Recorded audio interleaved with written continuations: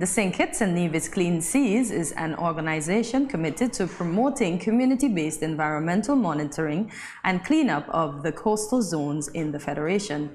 On Saturday, 19th March, this organization held a bottle drive in an effort to continue to create clean seas in Saint Kitts and Nevis and turn the tide on plastic. Today, we warmly welcome Tchaikouski York, Project Coordinator at Clean Seas, to Good Morning SKN's Reflection to tell us about the outcome of this event. Good morning, Tchaikouski, and welcome to Good Morning SKN. Yes, welcome. Thank you. How are you? I'm doing okay. Alrighty. So we'll get right into the meat of it. So tell us, how did the bottle drive turn out? The turnout was very excellent. I'm pleased with the turnout, but I believe that more persons should have been coming out to bring in the bottles. Okay. You know, at the end of it, we have a total of like 1,336 bottles.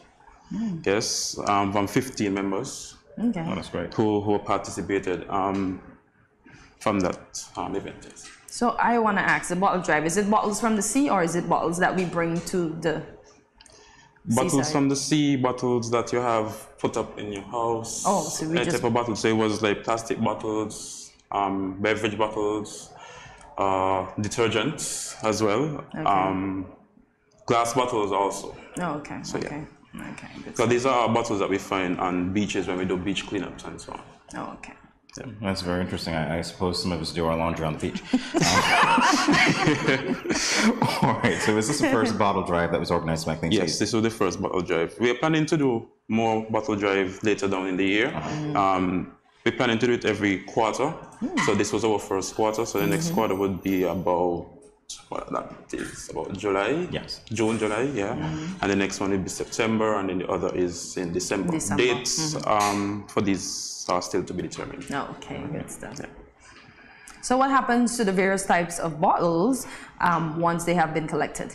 So we partnered with admirals. Okay. So admirals would do the crushing and shredding of these bottles, and I believe he does shipping as well. He ship out the crushed pieces. Okay. Yes.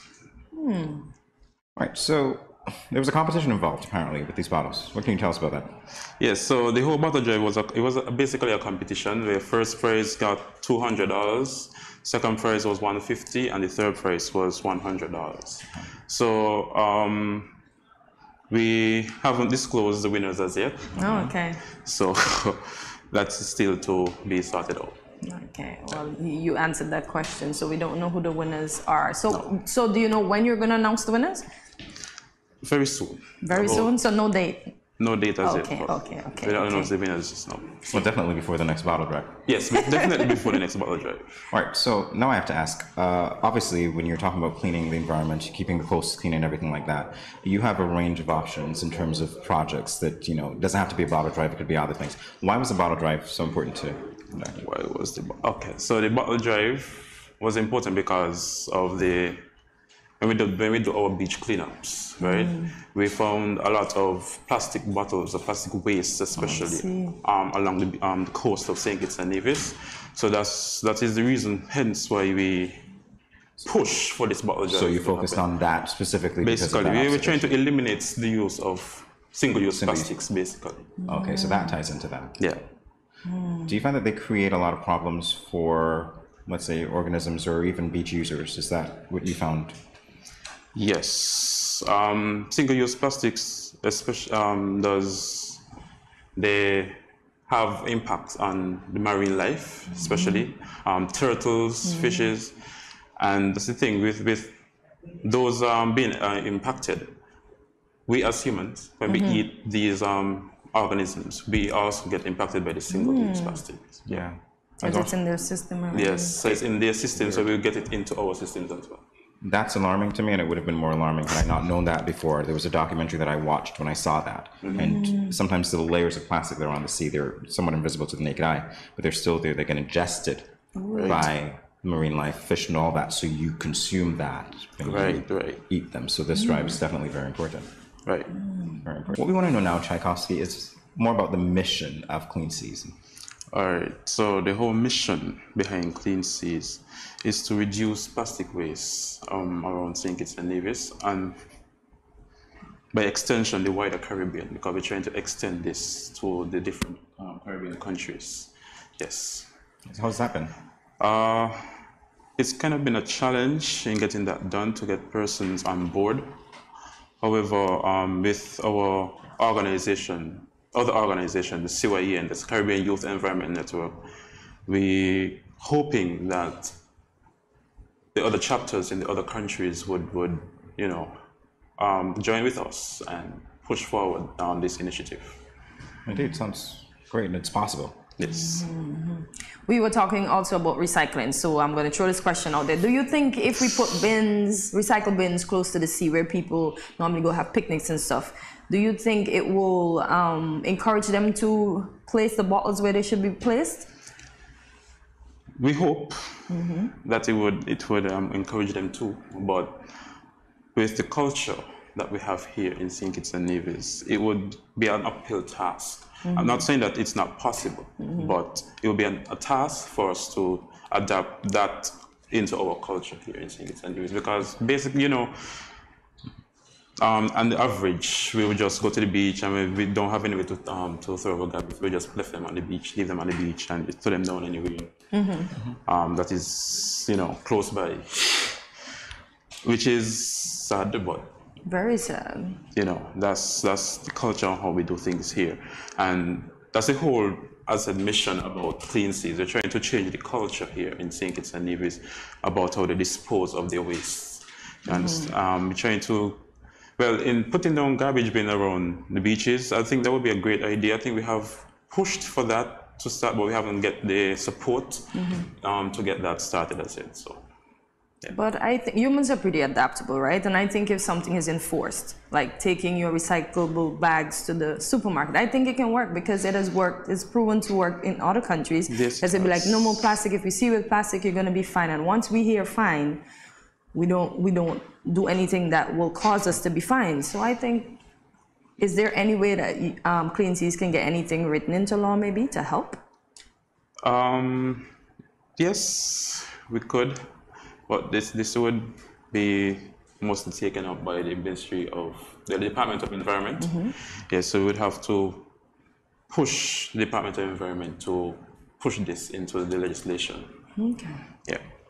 And in the interim, what we need to enforce, of course, is social responsibility, personal responsibility. Correct. And that's the thing. You are project coordinator. I think I'm going to also designate you culture changer, because having to, get people to change their behavior somewhat. It's really simple. You take something to the beach, you take it up with you. Right. We're just so used to letting other people pick up our garbage, so it's just the way that it is.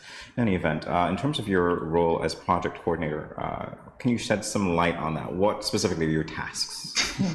Unless you've said them before. Yes. So my task basically is to basically coordinate everything that is happening, all the activities that we are doing, make sure everything is on point to a T, basically, and to make sure our sponsors is pleased with what we are doing, basically. Yeah. So you've got sponsors, you've got corporate support, so there's light. Yes. Awesome. Do you work alone or do you have a team? We have a team. Okay. So this team is made up of persons from different organizations, so such as the SDC, that's the Sustainable Destination Council, that's with tourism, the Angelique Dance Company, yes. We also have, what's that called? Sorry. Welcome back. Yes, we'll come back to that. Let's leave it in my head now. Okay, well, the Clean Seas are clearing your mind. Yeah. sorry. No, that's fine. Oh, sorry. So CYE and Ripple Institute also are part of our group. The IW Echo, who is our sponsor, and also Department of Youth. Lovely. Yes. So can you tell the general public how they can support Clean Seas in turning the tide on plastic?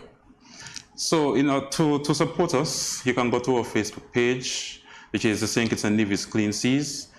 or you can go there, you can just send us a message and we would respond to you and show us your interest in whatever activities that we are doing there. Yes. And let's talk about the plastic repurposing contest.